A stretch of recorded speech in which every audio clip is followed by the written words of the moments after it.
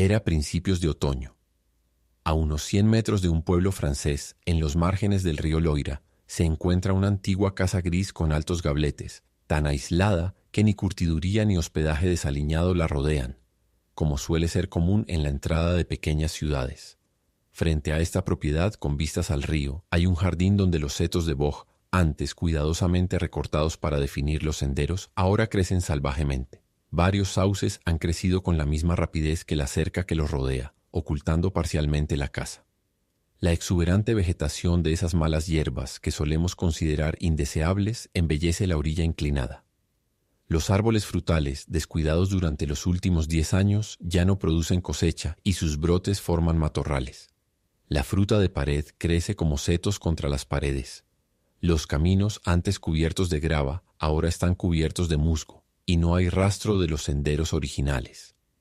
Desde la cima de la colina, donde se encuentran las ruinas del antiguo castillo de los duques de Vendôme, la única posición desde donde se puede ver este recinto, se sugiere que en un tiempo indeterminado, este terreno fue el deleite de un caballero rural que disfrutaba cultivando rosas, tulipanes y otros productos de horticultura, además de ser amante de la buena fruta.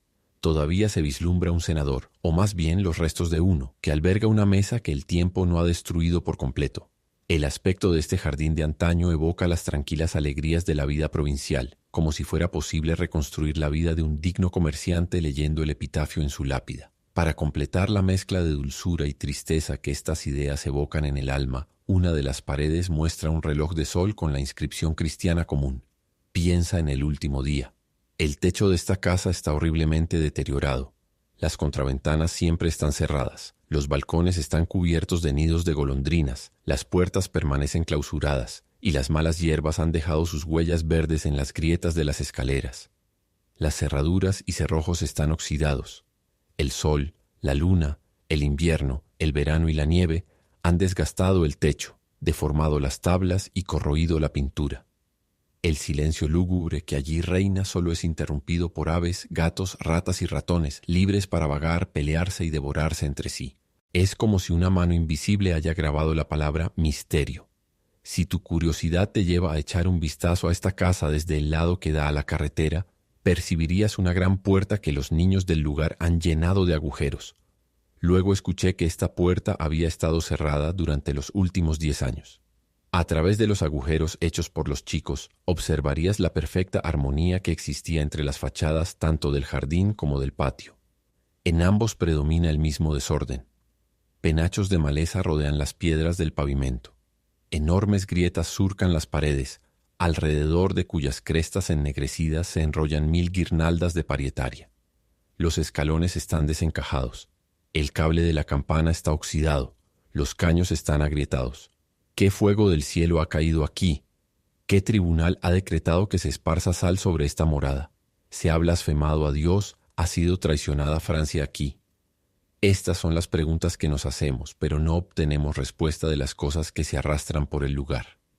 La casa vacía y desierta es un enigma gigantesco cuya llave se ha perdido.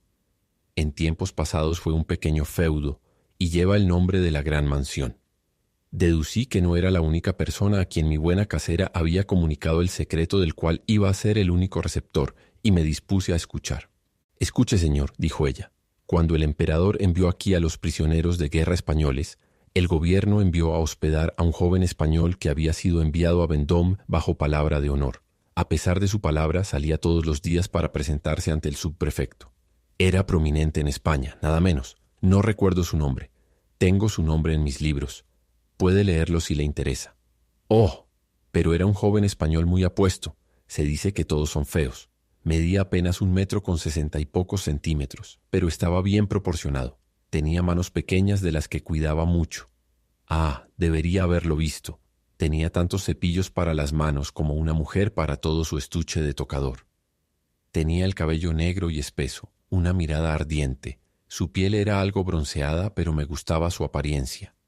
Llevaba la ropa de cama más fina que he visto en nadie, aunque he hospedado princesas aquí, y, entre otros, al general Bertrand, el señor de Cases y el rey de España. No comía mucho, pero sus modales eran tan corteses, tan amables, que no se le podía guardar rencor. Oh, Me agradaba mucho, aunque no abría los labios más de 4 veces al día, y era imposible mantener una conversación con él, porque si le hablaba no respondía. Era una manía, una locura de todos ellos, escuché decir. Leía su breviario como un sacerdote, iba a misa y a todos los servicios con regularidad. ¿Dónde se sentaba? A 2 pasos de la capilla de la señora Merret. Al tomar su lugar allí la primera vez que fue a la iglesia, nadie sospechó que tuviera alguna intención al hacerlo. Además, nunca apartaba su mirada de su libro de oraciones, pobre joven. Después de eso, señor, por la tarde solía caminar por las montañas, entre las ruinas del castillo. Era el único entretenimiento del pobre hombre. Le recordaba su país.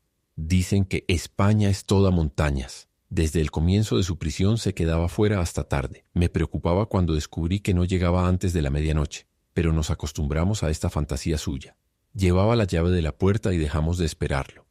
Se hospedaba en una casa nuestra en la calle de Casernes. Después de eso, uno de nuestros mozos de establo nos dijo que por la noche, cuando llevaba a los caballos al agua, pensó haber visto al español nadando río abajo como un pez viviente. Cuando regresó le dije que tuviera cuidado con los juncos. Parecía molesto de haber sido visto en el agua. Al final un día, o mejor dicho una mañana, no lo encontramos en su habitación. No había regresado. Después de buscar por todas partes, encontré una nota en el cajón de una mesa, donde había 50 monedas de oro de España que llamaban doblones y valían unos 5.000 francos, y diamantes por valor de 10.000 francos en una cajita sellada. La nota decía que en caso de no regresar, nos dejaba el dinero y los diamantes, a condición de pagar misas para agradecer a Dios por su escape y por su salvación. En aquellos días mi esposo, quien aún vivía, se apresuró a buscarlo por todas partes. Y ahora viene la parte extraña de la historia. Trajo a casa la ropa del español, que había encontrado debajo de una gran piedra, en una especie de obra de pilastras junto al río cerca del castillo, casi enfrente de la gran mansión. Mi esposo había ido allí tan temprano que nadie lo había visto. Después de leer la carta quemó la ropa y según el deseo del conde declaramos que se había escapado. El subprefecto envió a toda la policía en su persecución, pero nunca lo atraparon. Algunos creían que el español se había ahogado. Yo, señor, no lo creo. Me inclino más a pensar que tuvo algo que ver con el asunto de la señora Merret, viendo que Rosalia me dijo que el crucifijo, al que su ama daba tanta importancia, que lo tuvo enterrado con ella, era de ébano y plata. Ahora bien, al principio de su estancia aquí, el español tenía un crucifijo de ébano y plata, que nunca lo vi con él más adelante. Ahora, señor, ¿no considera que no debería tener escrúpulos con los 15.000 francos del español y que tengo derecho a ellos? Ciertamente, ¿pero no ha intentado interrogar a Rosalia? Dije. Oh, sí, señor, pero sin propósito alguno. La chica es como una pared. Sabe algo, pero es imposible hacerla hablar. Después de intercambiar algunas palabras más conmigo, mi casera me dejó presa de pensamientos vagos y lúgubres, de una curiosidad romántica y un terror religioso no muy diferente de la impresión profunda que se produce en nosotros cuando de noche, al entrar a una iglesia oscura, percibimos una luz tenue bajo las altas bóvedas. Una figura vaga se desliza, se oye el roce de una túnica o sotana y temblamos. De repente la gran mansión y sus altas hierbas, sus ventanas enrejadas, su herrería oxidada, sus puertas cerradas, sus apartamentos desiertos, aparecieron como una fantástica aparición ante mí. Intenté penetrar la misteriosa morada y encontrar el nudo de su oscura historia, el drama que había matado a 3 personas. A mis ojos, Rosalia se convirtió en la persona más interesante de la ciudad. Al estudiarla, descubrí los rastros de una preocupación secreta a pesar de la radiante salud que brillaba en su rostro bien cuidado. Había en ella el germen del remordimiento o la esperanza. Su actitud revelaba un secreto, como la actitud de una beata que reza en exceso o del infanticida que siempre escucha el último grito de su hijo. Sin embargo, sus modales eran toscos e ingenuos. Su sonrisa tonta no era la de una criminal, y si hubieses visto el gran pañuelo que rodeaba su busto corpulento, enmarcado y ajustado por un vestido de algodón lila y azul, la habrías considerado inocente. Decidí a nunca marcharme de la ciudad sin conocer la historia de la gran mansión. Rosalia, dije una noche. Señor, ¿no estás casada? Se sobresaltó levemente. Oh, puedo encontrar muchos hombres cuando tenga ganas de ser desgraciada, dijo riendo.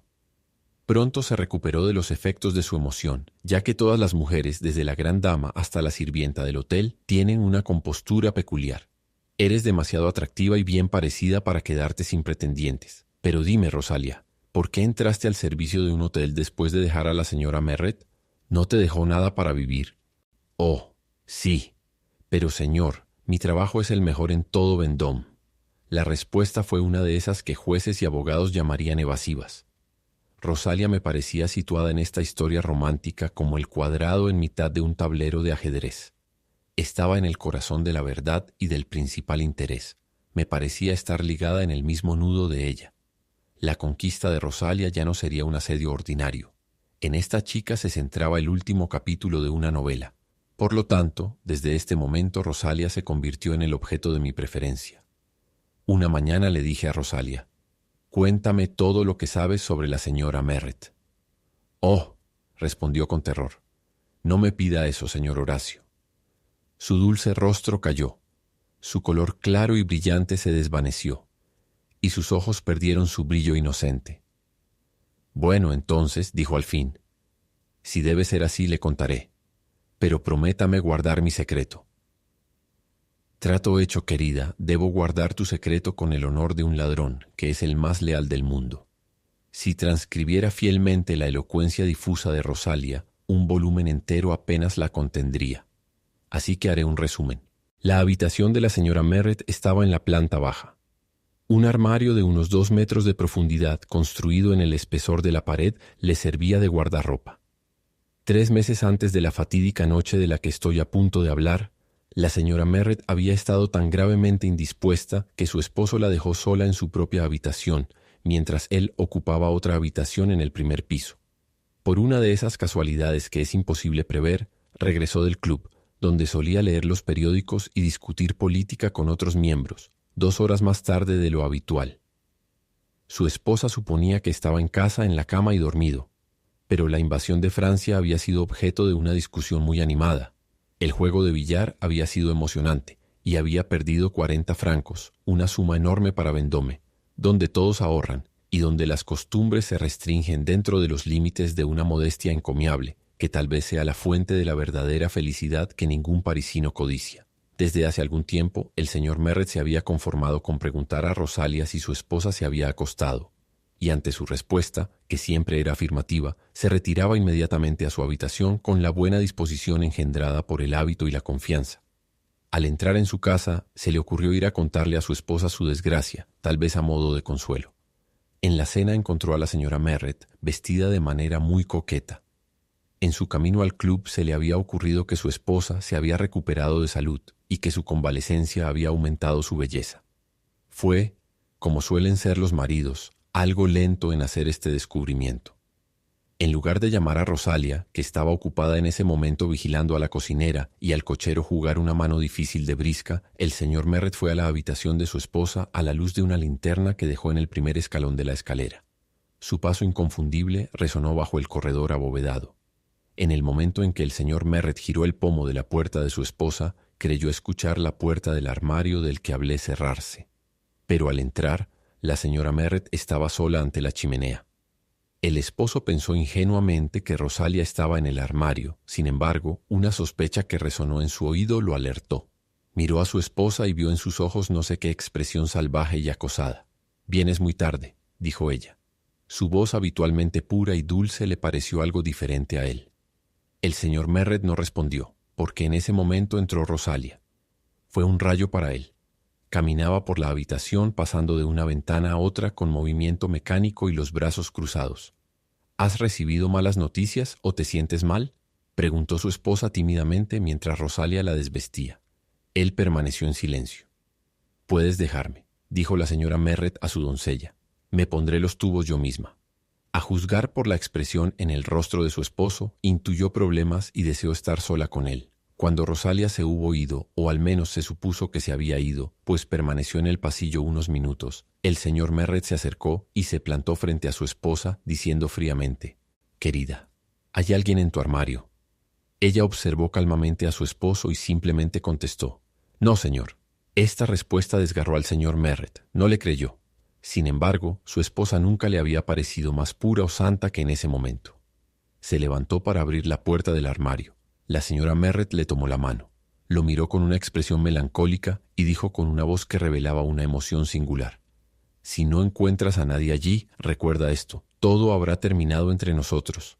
La extraordinaria dignidad del comportamiento de su esposa restauró la profunda estima del conde por ella e inspiró en él una de esas resoluciones que solo carecen de un escenario más vasto para volverse inmortales. No, dijo él, Josefina, no lo abriré. En cualquier caso nos separaría para siempre. Escúchame. Sé cuán pura eres de corazón y que tu vida es santa. No cometerías un pecado mortal para salvar tu vida. Ante estas palabras, la señora Merret dirigió a su esposo una mirada desorbitada. Aquí, toma tu crucifijo, añadió. Júrame ante Dios que no hay nadie allí. Te creeré, nunca abriré esa puerta. La señora Merret tomó el crucifijo y dijo, lo juro. Más fuerte, dijo el esposo. Y repite, juro ante Dios que no hay nadie en ese armario. Ella repitió la frase calmadamente. Eso es todo, dijo el señor Merret fríamente. Después de un momento de silencio, nunca había visto este bonito objeto, dijo, examinando el crucifijo de ébano incrustado con plata y artísticamente esculpido. Lo encontré en casa de Duvivier, quien lo compró a un monje español cuando los prisioneros pasaron por Vendôme el año pasado. Ah, dijo el señor Merret, al tiempo que devolvía el crucifijo al clavo y sonó el timbre. Rosalia no lo hizo esperar. El señor Merret fue rápidamente hacia ella, la condujo a la ventana que daba al jardín y le susurró. Escucha, sé que Armand desea casarse contigo. La pobreza es el único inconveniente. Y le dijiste que sería su esposa si encontraba los medios para establecerse como maestro albañil. Bien, ve y tráelo. Dile que venga con su paleta y herramientas. Procura no despertar a nadie en su casa excepto a él. Su fortuna superará tus deseos. Sobre todo, sal de esta habitación sin hablar. De lo contrario. Frunció el ceño. Rosalia se alejó, pero él la llamó de nuevo. Aquí, toma mi llave, dijo. Pierre. Luego gritó el señor Merret en tono de trueno en el pasillo. Pierre, que era a la vez su cochero y su sirviente de confianza, dejó su juego de cartas y vino. Vayan a la cama todos ustedes, dijo su patrón haciendo señas para que se acercaran, y el conde añadió en voz baja.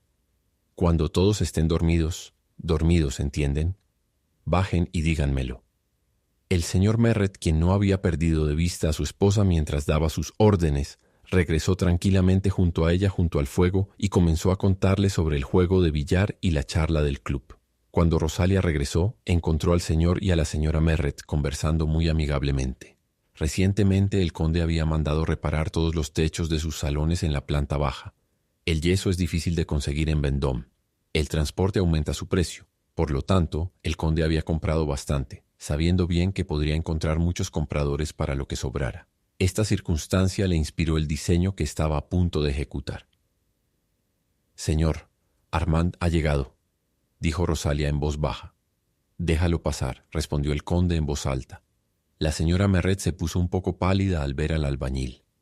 Armand, dijo su esposo, ve a buscar ladrillos del cobertizo y trae suficientes para tapiar la puerta de este armario. Usarás el yeso que tengo de sobra para revestir la pared. Luego, llamando a Rosalia y al obrero aparte. Escuchas, Armand, dijo en voz baja, dormirás aquí esta noche, pero mañana tendrás un pasaporte a un país extranjero, a una ciudad que te indicaré. Te daré 6.000 francos para tu viaje. Te quedarás 10 años en esa ciudad. Si no te gusta, puedes establecerte en otra, siempre que sea en el mismo país. Pasarás por París, donde me esperarás. Allí te aseguraré otros 6.000 francos mediante un contrato que te pagarán a tu regreso siempre que hayas cumplido con las condiciones de nuestro acuerdo. Este es el precio de tu absoluto silencio sobre lo que estás a punto de hacer esta noche. En cuanto a ti, Rosalia, te daré 10.000 francos el día de tu boda, con la condición de que te cases con Armand, pero si quieres casarte, debes mantener la boca cerrada, o sin dote. Rosalia, dijo la señora Merret, hazme el cabello. El esposo caminaba tranquilamente de un lado a otro, observando la puerta, al albañil y a su esposa, pero sin mostrar dudas insultantes. La señora Merret eligió un momento en que el trabajador descargaba ladrillos y su marido estaba al otro lado de la habitación para decirle a Rosalia, 1.000 francos al año para ti, hija mía, si puedes decirle a Armand que deje una rendija en el fondo. Luego, en voz alta, añadió con frialdad, ve a ayudarle. El señor y la señora Merret permanecieron en silencio. Mientras tanto, Armand trabajaba con esmero. Este silencio por parte del esposo, quien no deseaba dar a su esposa un pretexto para decir cosas de doble sentido, tenía su propósito. Por parte de la señora Merret era ya sea orgullo o prudencia. Cuando el muro estaba a medio construir, el astuto trabajador aprovechó un momento en que el conde daba la espalda para dar un golpe con su paleta en uno de los vidrios de la puerta del armario. Este acto informó a la señora Merret que Rosalia había hablado con Armand. Los tres entonces vieron el rostro de un hombre. Era oscuro y sombrío, con cabello negro y ojos de fuego. Antes de que su esposo se volviera, la pobre mujer tuvo tiempo de hacer una señal al extraño que significaba esperanza. A las 4 en punto, hacia el amanecer, pues era el mes de septiembre, la construcción fue terminada. El albañil fue entregado a los cuidados de Pierre, y el señor Merret se fue a dormir a la habitación de su esposa.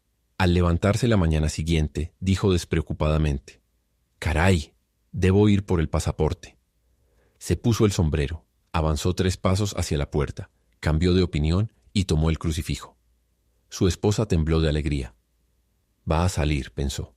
Tan pronto como el conde se fue, la señora Merret llamó a Rosalia.